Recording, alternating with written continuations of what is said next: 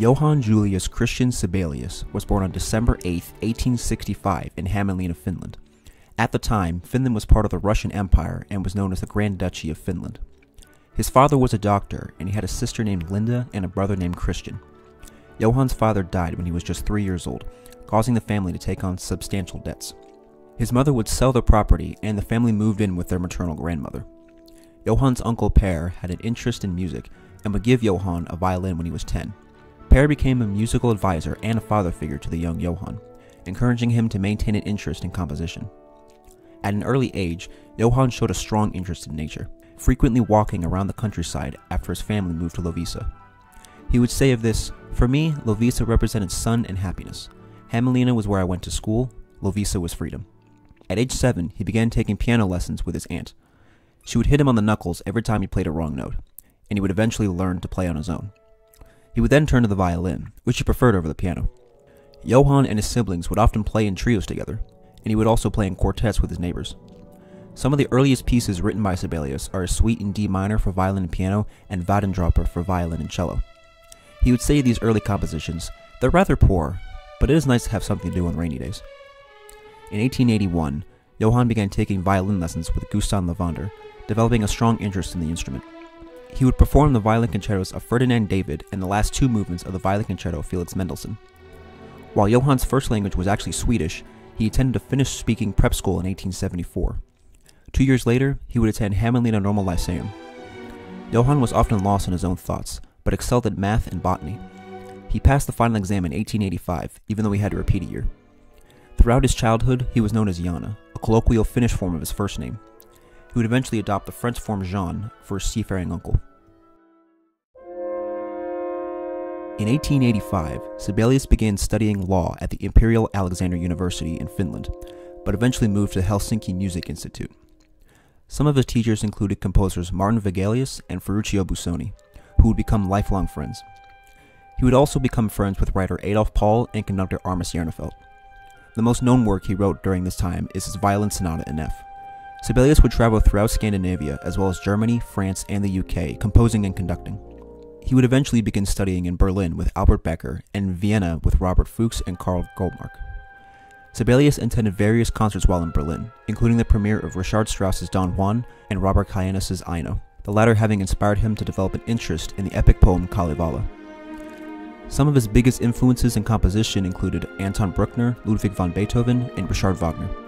Sibelius would write Kullervo in 1891, an orchestral work with a chorus and soloist inspired by Kalevala. It was around this time where he got gallstone excision surgery.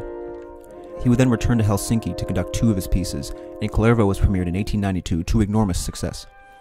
Composer Axel Turner described it as a volcanic eruption, while one of the singers in the choir would bluntly say, "It was Finnish music." Sibelius abandoned his aspirations to become a violinist around this time. He would also develop a heavy interest in everything Finnish. In 1888, Järnefelt invited Sibelius to his family home. There, Järnefelt introduced Sibelius to his sister Aino. The two would eventually marry 4 years later, honeymoon in Karelia, and would have 6 daughters. The honeymoon served as inspiration for his tone poem and saga, the Karelia Suite, and the Lemminkäinen legends. After the premiere of Kullervo, Sibelius would shift his focus primarily to orchestral music. And Saga premiered in 1893 and was unfortunately not well received, with critics saying certain sections should be outright removed. Fortunately, his choral work Väinämöinen's Boat Ride premiered to considerable success. The full version of Karelia would also be premiered in 1893 at a student association in Viipuri. This piece was a collaborative effort with Sibelius, painter Akseli Gallen-Kallela, and sculptor Emil Wikström. The first performance was ruined because the audience wouldn't shut up, but the second performance was more successful. Sibelius' music would increasingly be performed in Helsinki, including his tone poem Spring Song. Composer Oscar Merikanto would describe this piece as the fairest flower among Sibelius' orchestral pieces. Sibelius would begin writing an opera known as Väinäluominen, but unfortunately abandoned the project in 1894. He would use material from the unfinished opera in his Lemminkäinen suite, which premiered in Helsinki in 1896 to a full house. Starting in 1892, Sibelius would begin teaching at his former music institute and at Kajanus's conducting school. This left the composer with very little time to write anything. He would eventually receive a substantial annual grant in 1898, initially only for 10 years, but was later extended for life. Sibelius would write music to King Christian II, a play written by Adolf Paul. An orchestral suite was premiered in Helsinki a year later, then in Stockholm and Leipzig. Sibelius would say of this work, "The music sounded excellent and the tempi seemed to be right. I think this is the first time that I have managed to make something complete." Following Russian Tsar Nicholas II's attempt at restricting the powers of the Grand Duchy of Finland in a sudden wave of patriotism, Sibelius wrote his first symphony in 1899. It premiered in Helsinki and was well received.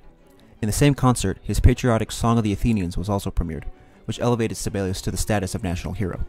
He would also write an 8-tableau set depicting Finnish history known as Music for the Days of the Press, which he wrote in support of the staff of a popular Finnish newspaper who were suspended for criticizing Russian rule. The last tableau, titled Finland Awakens, became quite popular, and with some revisions would become one of Sibelius' most popular and most performed works, Finlandia. In the summer of 1901, Sibelius and Kainis went on tour to various cities including Copenhagen, Stockholm, Hamburg, Berlin, and Paris. Critics praised these performances, which reported about enthusiastically in various newspapers. Sibelius began writing his second symphony while in Italy, inspired by the character of Don Juan from Mozart's Don Giovanni. It premiered in 1902, with Finnish audiences in particular loving it. Sibelius would spend most of his time in Helsinki in 1903, frequently wining and dining and running up bills in restaurants. Despite this, he continued composing, including 6 pieces for a play written by his brother-in-law. He had to sell this piece due to being short on cash, but it was still popular at home and abroad. While he spent most of his time in Helsinki, his wife Aino frequently wrote to him asking that he return home. In 1904, Sibelius wrote his only concerto for violin. The first performance was not successful. It was later revised and performed in Berlin. Also in 1904, Sibelius completed the construction of his new house in Järvenpää, about 40 kilometers north of Helsinki. The house was named Ainola. He had to give several performances in Helsinki, Turku, Vaasa, as well as Estonia and Latvia in order to pay for it. In late 1905, Sibelius traveled to Liverpool where he met conductor Henry Wood. The two began an annual series of promenade concerts known as the Proms. Sibelius' first symphony and Finlandia were conducted, and Sibelius wrote to his wife about the success of the concerts. Other pieces written during this time include the Pelléas and Melisande Suite, Pohola's Daughter, and Belshazzar's Feast. He would continue wining and dining throughout Helsinki, spending lots of money on champagne and lobster. This began to affect Aino, who retired to a sanatorium for exhaustion. Sibelius gave up drinking while she was away and wrote his third symphony in 1907. Music critic Carl Floden described it as internally new and revolutionary. Despite this, the premiere in St. Petersburg was met with dismissive reviews, and while the Moscow premiere was more positively received, the London premiere didn't attract critics. Sibelius would meet Austrian composer Gustav Mahler in Helsinki. The two would come to the conclusion that they both lost their earlier audiences with each new symphony that they wrote. It was around this time that Sibelius underwent a serious operation for suspected throat cancer. He had to spend time in the hospital, canceling concerts in Rome, Berlin, and Warsaw. His smoking and drinking became life-threatening, having to travel to Berlin with his wife to have a tumor removed from his throat. Fortunately, the operation was a complete success, causing Sibelius to commit to give up smoking and drinking. He began writing his fourth symphony in 1910, but due to dwindling funds, he had to write a number of smaller works. The symphony received mixed reviews in Helsinki, was well received in Birmingham in the UK, and was not well received when performed in the US. The New York performance had audience members walk out between movements, while Boston American called the performance a sad failure. Other pieces written around this time include The Dryad and In Memoriam. Sibelius wrote Luonatar for soprano and orchestra in 1913, dedicated to singer Aino Akte. It was premiered in Gloucester in the UK. Sibelius was then commissioned by American millionaire Carl Stockel for the Norfolk Music Festival in Connecticut to write The Oceanides. Music critic Henry Krebiel considered it the most notable contribution to the festival, and was later performed in Gothenburg, Sweden in 1915. Sibelius then received 2 honorary doctorates from Yale and the University of Helsinki. While traveling back from the US, Sibelius heard about the events in Sarajevo. His international royalties were interrupted, even though he was far from any fighting. He would begin work on the Fifth Symphony in 1914. A group of swans flying by inspired the finale of the work, with Sibelius saying, "One of the greatest experiences of my life." The symphony premiered in the hall of the Helsinki Stock Exchange on his 50th birthday in 1915. Kainis praised the work, but Sibelius wasn't satisfied and eventually revised it. Around this time, Sibelius was deep in debt. A grand piano that was gifted to him was nearly confiscated by bailiffs until singer Ida Ekman would help pay off a large amount of his debt after a successful fundraising campaign. He also began drinking again in 1917, to the ire of his wife. This was also the year when the Russian Revolution began. Sibelius would write Jäger March, which became very popular after Finland gained its independence. It premiered in early 1918 and was popular among the Helsinki elite, until the start of the Finnish Civil War. Interestingly, Sibelius supported the Whites, while his wife had sympathies for the Reds. The war had taken quite a toll on the Sibelius family. The Red Guard would twice search their home looking for weapons, some of their acquaintances were killed in the violence, and Sibelius' brother was even arrested for refusing to reserve beds for Red Guard soldiers suffering from shell shock.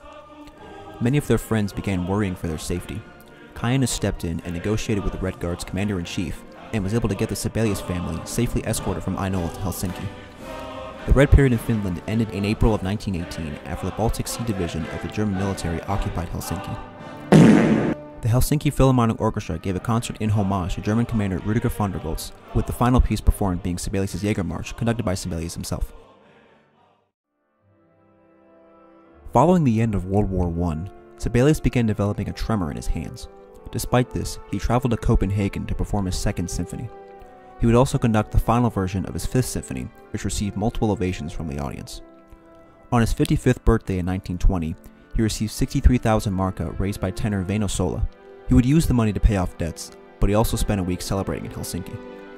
Sibelius would hold detailed negotiations with George Eastman, the founder of Eastman School of Music in Rochester, New York. Eastman offered Sibelius $20,000 to teach at the school for a year. The New York Times published Sibelius' arrival as fact, even though Sibelius was about to decline the offer. He began suffering exhaustion after conducting several concerts in the UK. He would continue drinking to the dismay of his wife, but would also write his Sixth and Seventh Symphonies in 1923 and 1924 respectively. He would also be honored with the Knights Commander's Cross of the Order of the Dannebrog.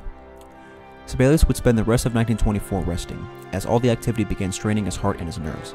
Music journalist Vesa Serain would later find evidence of an essential tremor Sibelius could have had since childhood, which would explain his increasing dependency on alcohol to depress the symptoms.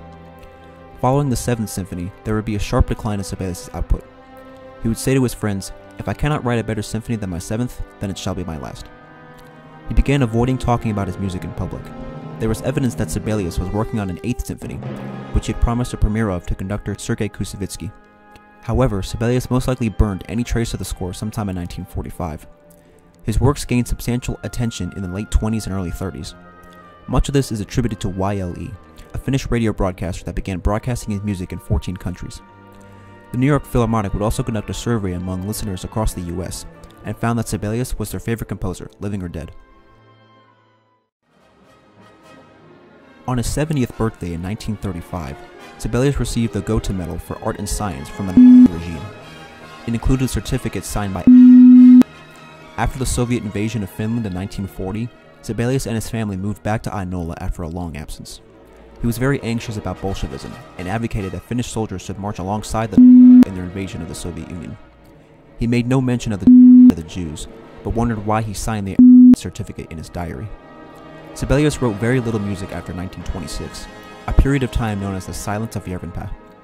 While he didn't make any public statements about other composers, he would privately admire composers such as Richard Strauss, Bela Bartok, and Dmitri Shostakovich. He would also promote fellow Finnish composer Aino-Juhani Rautavaara in the 1950s. The Philadelphia Orchestra and the Royal Philharmonic Orchestra gave special performances of Sibelius' music on his birthday in 1955. Finally, on September 20th, 1957, John Sibelius died at the age of 91 of a brain hemorrhage. At the time of his death, his Fifth Symphony was being broadcast on radio in Helsinki, conducted by Sir Malcolm Sargent.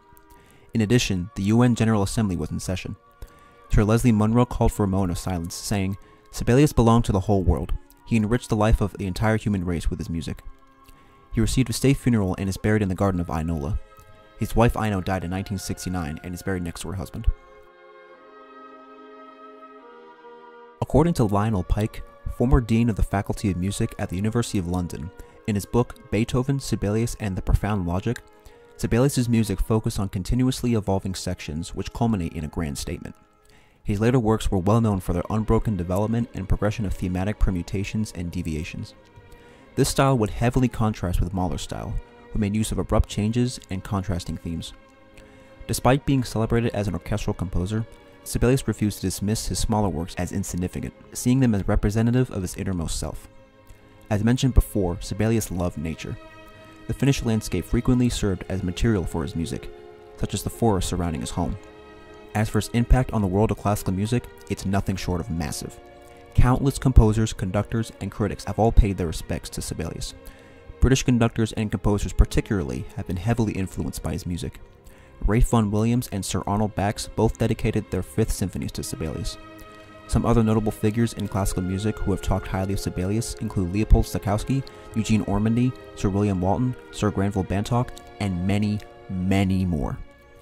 Some critics were not so favorable of Sibelius, however. Composer, theorist, and conductor Rene Leibowitz went so far as to call Sibelius the worst composer in the world in 1955. Despite this, Sibelius was dismissive of the critics, saying, "Pay no attention to what critics say. No statue has ever been put up to a critic." His music began to be seen much more favorably at the end of the 20th century. Even non-musicians were chiming in to praise Sibelius' music, such as novelist Milan Kundera and philosopher Slavoj Žižek. His surviving daughters sold the Ainola home to the Finnish state in 1972, which opened to the public as a museum 2 years later. In 1990, composer Taya Musgrave was commissioned by the Helsinki Philharmonic Orchestra to write Song of the Enchanter in honor of Sibelius' 125th birthday. Sibelius' legacy has been firmly cemented in Finland. He's been memorialized in art, stamps, currency. His birthday is the day of Finnish music. He has a violin competition, a park, another museum in Turku, a concert hall in Lahti, notation software, and even an asteroid named after him. There is perhaps no Finn more famous than John Sibelius. He is almost single-handedly responsible for giving Finland its musical voice. Without him, you don't have any of the great Finnish composers that you have today.